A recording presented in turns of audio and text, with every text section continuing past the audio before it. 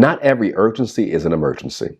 So many people are led by urgencies, like they need to be delivered from the tyranny of the urgent, that instead of living purposeful, instead of living intentional lives, they're just moved from every urgency to urgency and urgency. They're always putting out fires. Now, my friend, unless you're a firefighter, you're not called to put out fires. And so many times we're going around from urgency to urgency to urgency. We're like a hamster in a wheel. We're always spinning, always active, but never producing anything. You know, one of my cousins has in her email signature, never mistake activity for productivity. And I love that because so many times we're active, burning a lot of energy, but we're not going anywhere because we're always being pulled in one direction or another by what is urgent. Here's how we get free of that. Pause. There will be urgency all the time, but not every urgency is your emergency. Not every urgency is your emergency. When something urgent pops up, you have to ask yourself, is this my responsibility to handle?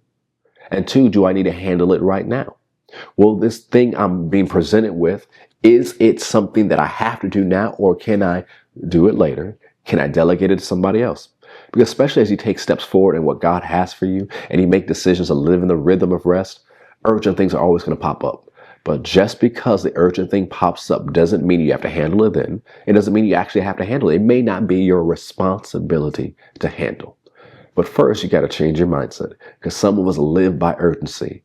And if we're led by urgency, guess what? We're not being led by the Spirit of God. Because if you're always doing what's urgent, you're not taking time to pray. And the Bible says the sons of God, or the mature, are led by the Spirit of God. We're not called to be led by urgency.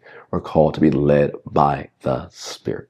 So I want you to like this and follow so you can get out of the tyranny of the urgent and follow the Spirit of God so you know how to handle the urgent things, handle the emergencies that you have to handle, and you can live a fulfilling and enjoyable life.